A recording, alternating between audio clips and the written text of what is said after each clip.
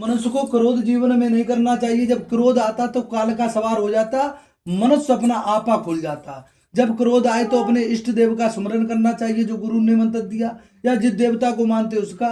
थोड़ा बड़ों की आज्ञा माननी चाहिए। लेकिन बड़े दयालु थे। एक बार वो जंगल में शिकार खेलने गए, जेठ का महीना था, सुबह से दोपहर हो गई लेकिन शिकार हाथ में नहीं आई। तो एक बट वृक्ष के नीचे आकर बैठ गए, और बट वृक्ष के नीचे कुछ गोप ग्वाल आए। गोप ग्वाल कौन आए? जो गाय भैंस चरा रहे थे। एक तालाब थे, तालाब से पानी लाए और उन्हें पानी से चन्ना मित बनाया, मिट्टी के ठाकुर जी बनाए, ठाकुर जी का भोग लगाया, विधि विधान से कथा को सुना, सभी को प्रसाद दिया, प्रसाद ग्रहण किया। सभी ने बताया जब प्रसाद ग्रहण किया, प्रसाद ग्रहण करने के बाद विधि विधान से राजा तुंगुदुज को दिया। तुंगुदुज देख रहा था, गंदा पानी समझ के फेंक दिया। किसी विद्वान ने बताया है प्रसाद का कभी अपमान नहीं करना चाहिए। दुश्मन भी दे और तुम जान लो जहर है, लेकिन प्रसाद समझ के पालोगे तो वो अमृत बन जाएगा। लेकिन दुविधा रहेगी तो वो जहर अपना जहरी असर दिखाएगा। और प्रसाद को कभी फेंकना नहीं चाहिए, और प्रसाद को कभी लेके ही जाना चाहिए जहाँ कथा भागवत सुनने जाए तहाँ से। किसी विद्वान ने बताया वो गोप ग्वाल कौन थे जो कथा कर रहे थे। बताया जैसे बच्चा एक कोरा दर्पण होता है, बच्चा एक कोरा दर्पण होता है घर में। जैसे सूर्य का प्रतिबिंब शीशे में जैसा प्रतिबिंब देखोगे वैसा दिखाई देगा दर्पण में, वैसे ही बच्चे को जैसा संस्कार दोगे वैसे ही संस्कार आएंगे। किसी विद्वान ने बताया है भैया बच्चा समझदार हो जाए, बच्चा समझदार हो जाए तो माता पिता को कुछ काम पर्दे में करने चाहिए। पहली बात तो सनातन धर्म के हिसाब से करने नहीं चाहिए, और कोई कर रहे हैं तो पर्दा करने चाहिए। क्या बताया है? ये बताया है जैसे बड़े बूढ़े हैं, नाती नता खेल रहे, घर में आए कुर्सी पे बैठ के बीड़ी पी रहे हैं या सिगरेट पी रहे हैं, बच्चे देख रहे नाती नता वो ठुटिया पी रहे हैं। अब तुम एक बंडल पी रहे थे, वो 2 बंडल पी रहे हैं। आप शराब पी रहे, बच्चों पे गिलास मंगा रहे, जब आप गिलास पी के गए तो बच्चे चाट रहे हैं। आप 1 पौवा पी रहे, 2 पौवा पी रहे हैं।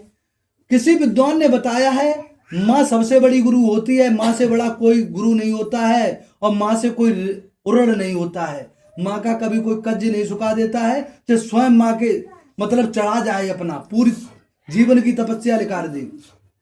तो माँ पहली गुरु होती है, और माँ चाहे तो पुत्र को संत बना दे, और माँ चाहे तो पुत्र को राजा बना दे, और माँ चाहे तो बदमाश बना दे। माँ के ही हाथ में होता है। जब बच्चा समझदार नहीं हुआ तो उसे संस्कार दिए जाते, पहले संस्कार दिए नहीं।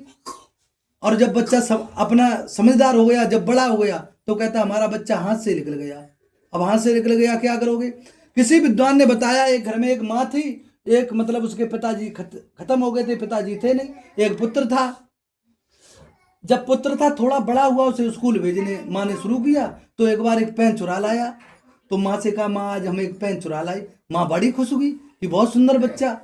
दूसरे दिन जेंट्री वगैरह चुरा लाया, तीसरे दिन बैग चुरा लाया, तीसरे दिन वो डाकू अंगुलमान बना, और इतना बड़ा डाकू बना कि सरकार ने उस पर इनाम रख दिया। जब वो पकड़ा गया तो जज ने उसे फांसी की सजा सुना दी।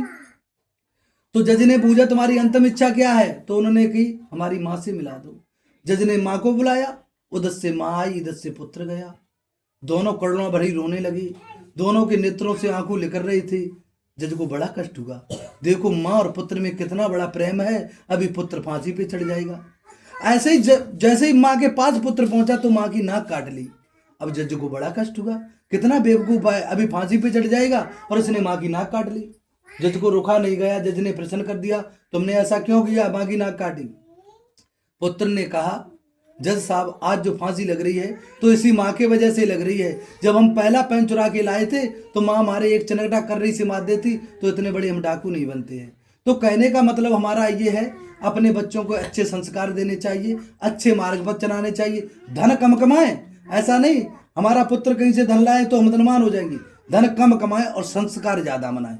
जो हमारे पुत्र में संस्कार होंगे तो वो हमसे दिन दूना कर देगा। और आप वो चुरा कर या कैसे धन लाया ठगी मुसी से वो लाया और वो गलत प्रभाव में पड़ गया शराबी कबाड़ी, तो हमारे सामने सब लीक का सब मतलब लाख का खाक में कर देगा, मतलब और इज्जत भी मिला देगा।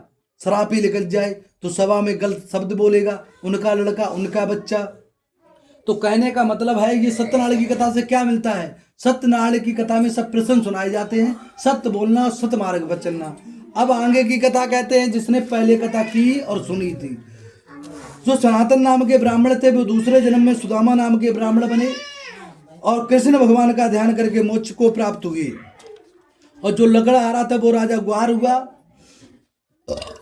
ग्वार हुआ और श्री राम की पूजा करके मोक्ष को प्राप्त हुआ। और जो महाराजा तुंगुजुद थे वो, जो महाराजा उल्कामुख थे वो राजा दशरथ हुए और राजा दशरथ हुए श्री रंगनाथ की पूजा करके वैकुंठ को प्राप्त हुए। और जो वैश्य था वो मोरध्वज नाम का राजा हुआ। पुत्र को आरा से चीर के भगवान विष्णु को अर्पित कर दिया था, आंसू तक नहीं डाले। इतना बड़ा दानी बना, पहले इतना बड़ा कंजूस था, फिर इतना बड़ा दानी, पुत्र को आरा से चीर के दे दिया था भगवान विष्णु को, आंसू तक नहीं डाले।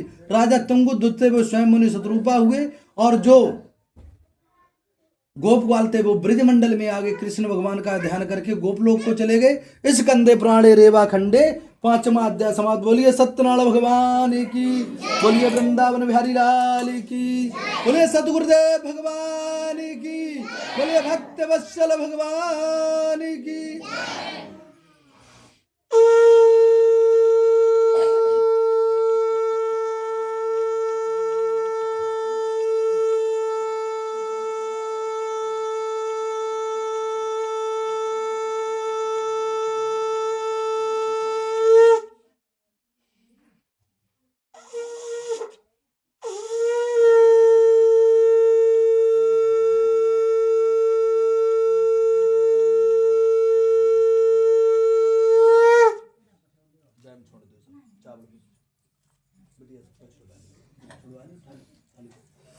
अब आरती करेंगे। आरती